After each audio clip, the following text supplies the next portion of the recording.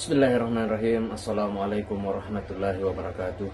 Bismillahirrahmanirrahim. Allahumma salli ala Sayyidina Muhammad wa ala ali Sayyidina Muhammad. Segala puji bagi Allah Subhanahu wa taala, Rabb semesta alam. Salawat dan salam kepada nabi kita Nabi Muhammad sallallahu alaihi wasallam, keluarganya, para sahabat-sahabatnya dan orang-orang yang mengikuti mereka hingga akhir zaman. Pada kesempatan yang mulia ini, saya akan membahas tentang penjelasan ilmiah tentang panjangnya umur Imam Mahdi.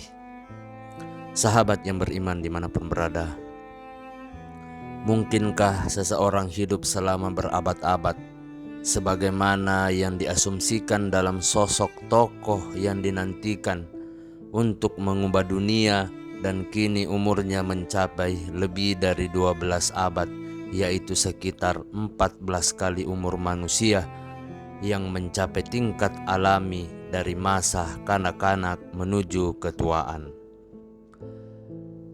Kalimat imkan atau posibilitas di sini mempunyai 3 arti. Al-imkan al-amali, posibilitas praktis; al-imkan al-ilmi, posibilitas teoritis; al-imkan al-mantihi al-falsaf, posibilitas logis atau filosofis. Sahabat yang beriman dimanapun berada, yang dimaksud dengan imkan amali atau posibilitas praktis adalah sesuatu yang mungkin bagi manusia lainnya untuk merealisasikannya sekarang ini.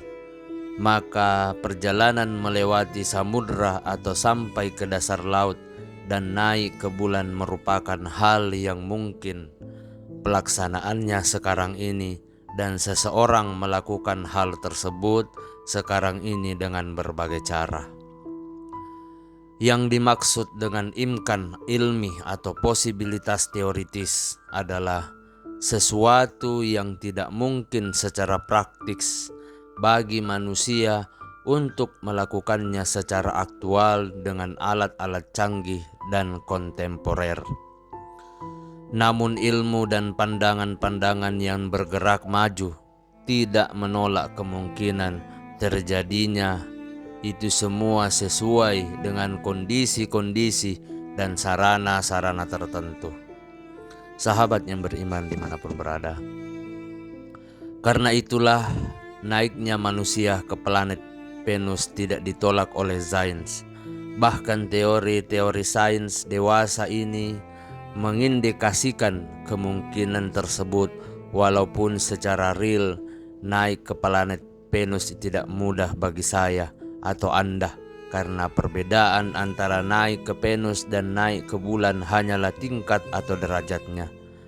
Naik ke Venus hanya mencerminkan penaklukan akan kesulitan-kesulitan lainnya yang muncul karena jarak Venus lebih jauh dari bulan. Maka naik ke Venus secara saintisis adalah sesuatu yang tidak mustahil, walaupun belum dilakukan secara aktual. Sahabat yang beriman dimanapun berada, sedangkan maksud dari al-imkan mantihiki al-falsafi atau posibilitas logis atau filosofis adalah bahwa akal berdasarkan teori dan hukum logika yang ada tidak menolak atau menganggapnya mustahil. Contohnya, kita tidak mungkin akan dapat membagi 3 buah jeruk menjadi 2 bagian yang sama tanpa membelah salah satunya menjadi 2 bagian. Karenanya, sebelum melakukan pembagian, akal telah lebih dahulu mengatakan bahwa 3 adalah bilangan ganjil, bukan genap. Jadi tidak mungkin bisa dibagi 2, sebab jika bilangan tersebut dapat dibagi 2 berarti 3 adalah bilangan genap, padahal ia sebenarnya ganjil. Dengan begitu, terjadinya kontradiksi secara logika adalah mustahil. Sahabat yang beriman dimanapun berada, kesimpulannya adalah bahwa imkan mantiki atau posibilitas logis lebih luas lingkupnya dari imkan ilmi atau posibilitas teoritis, dan imkan ilmi lebih luas lingkupnya dari imkan amali atau posibilitas praktis. Tidak saya lagi bahwa panjangnya umur manusia beribu-ribu tahun secara logika adalah mungkin, sebab menurut perspektif akal hal itu tidak mustahil. Tidak ada kontradiksi dalam asumsi semacam ini, karena arti dari sebuah kehidupan tidak mengharuskan kematian yang cepat.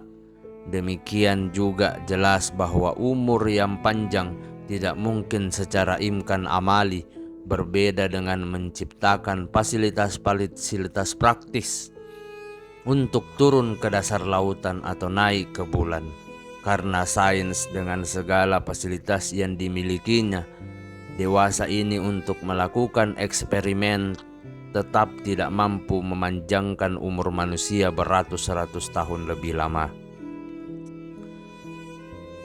Sahabat yang beriman dimanapun berada, oleh karena itu kita dapati mereka yang cinta dengan kehidupan ini dan memakai semua fasilitas ilmiah untuk hidup lebih lama tetap hanya berumur seperti manusia biasa.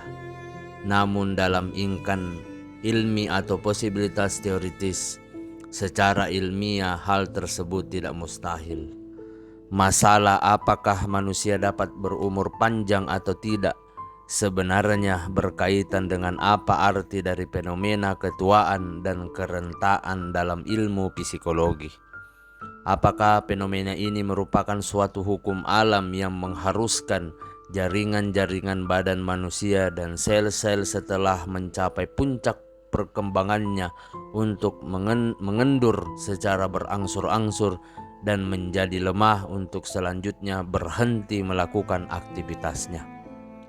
Sahabat yang beriman dimanapun berada, jika demikian halnya berarti meskipun seluruh jaringan dan sel yang ada dalam tubuh manusia selama dari faktor-faktor luar yang mempengaruhinya, ia tetap akan mengalami hukum dan ketentuan alam tersebut.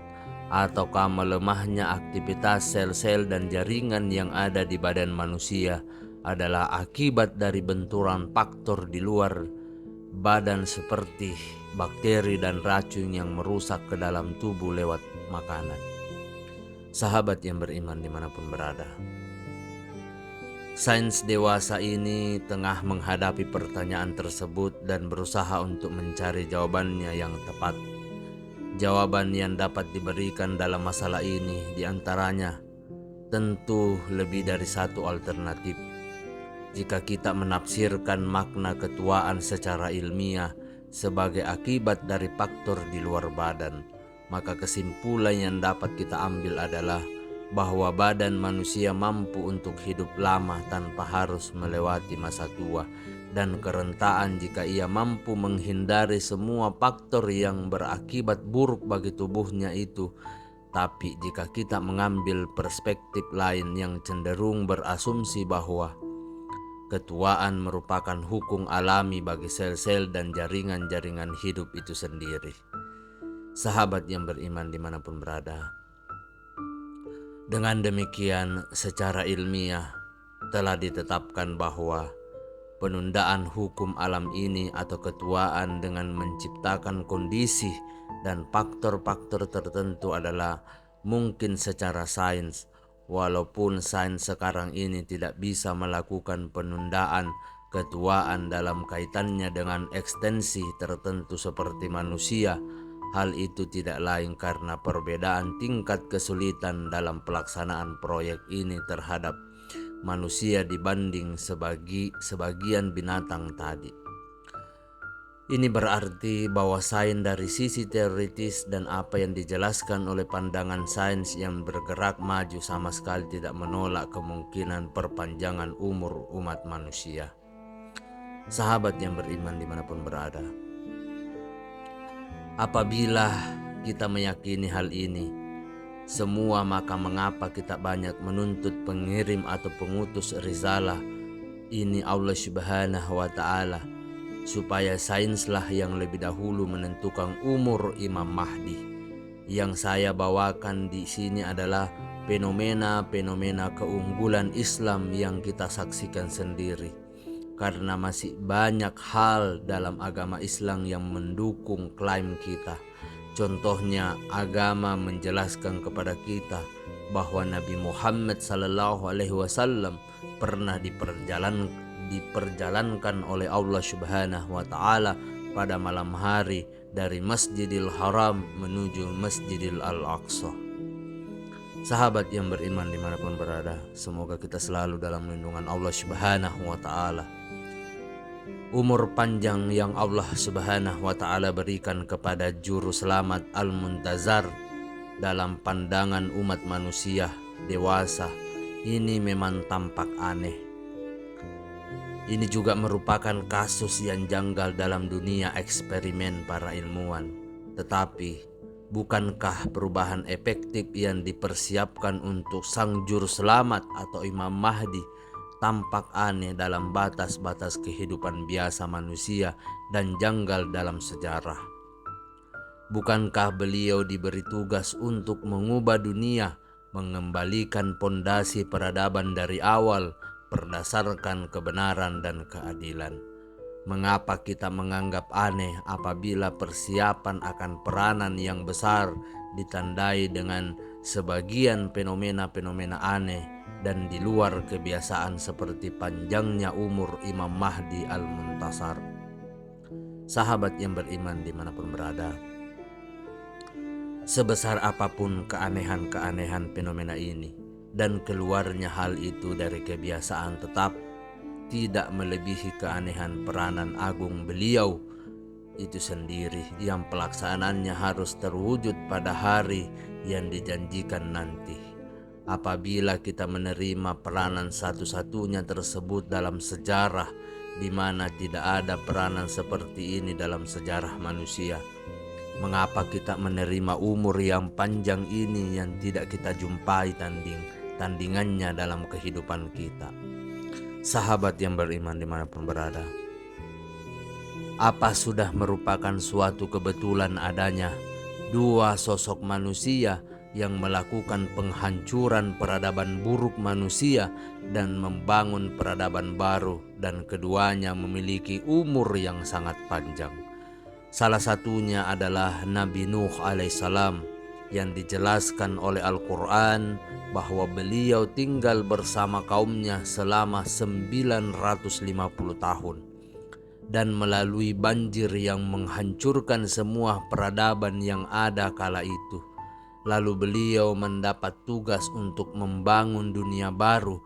Figur kedua adalah Imam Mahdi yang hidup bersama kaumnya hingga sekarang lebih dari 100 tahun. Dan kelak beliau akan membangun dunia baru pada hari yang dijanjikan. Mengapa kita menerima Nabi Nuh yang umurnya minimal 1000 tahun, tetapi kita tidak menerima Imam Mahdi? Sahabat yang beriman dimanapun berada, semoga kita selalu dalam lindungan Allah Subhanahu wa Ta'ala. Demikianlah penjelasan tentang ilmiah panjangnya umur Imam Mahdi. Semoga apa yang saya sampaikan pada kesempatan yang mulia ini bisa bermanfaat untuk kita semua, terutama untuk saya pribadi. Saya memohon maaf apabila dalam video ini terdapat kesalahan ataupun kata-kata yang kurang berkenan bagi yang mendengar atau melihatnya. Saya memohon maaf. Perlu kita ketahui bahwa kebaikan serta kebenaran itu hanya milik Allah Subhanahu wa Ta'ala. Kesalahan serta keburukan itu datang dari saya pribadi selaku manusia biasa yang tidak pernah luput akan kesalahan. Akhir kata, subhanakallahumma wa bihamdika ashhadu an la ilaha illa anta astaghfiruka wa atubu ilaik. Wassalamualaikum warahmatullahi wabarakatuh.